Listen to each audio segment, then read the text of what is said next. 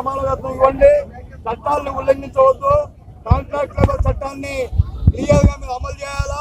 అంతేకాకుండా కనీస వేతన చట్టాలను కూడా అమలు చేస్తూ ఆ జీవోల ప్రకారం ఉద్యోగస్తులు జీతాలు చెల్లించాలి, పండుగ సెలవులు ఇవ్వాలి, అట్లాగే ఎర్న్ లీవ్స్ ఇవ్వాలి.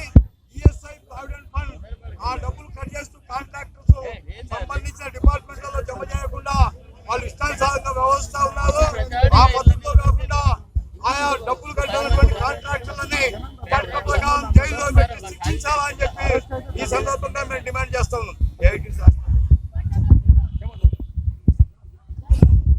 ఈ రోజున తెలంగాణ రాష్ట్రంలో ఉన్న కార్మికుల హక్కుల్ని కాలరాసే విధంగా కేసీఆర్ ప్రభుత్వం వ్యవహరిస్తున్న తీరు చాలా శోచనీయమైంది, ఖండిస్తున్నాం.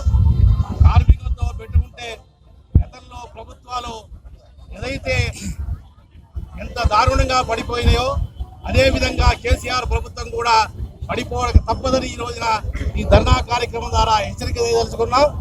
అధికారానికి రాకముందు కాంట్రాక్ట్ ఉద్యోగులందరినీ పరిగణన చేస్తారని చెప్పిన పెద్ద మనిషి ఈ రోజున కాంట్రాక్ట్ ఉద్యోగులందరినీ తీసివేసే కార్యక్రమాలు చాలా శోచనీయమైంది. తన కుటుంబ పాలన ఈ రోజున జరుగుతున్నది. నిజామును కూడా మరిపించే విధంగా ఈ రోజున కేసీఆర్ గారు పాలన చేస్తున్నాడు. ఇదే పాలన కొనసాగిస్తే ఇంకా 2.5 కాలం ఉంది.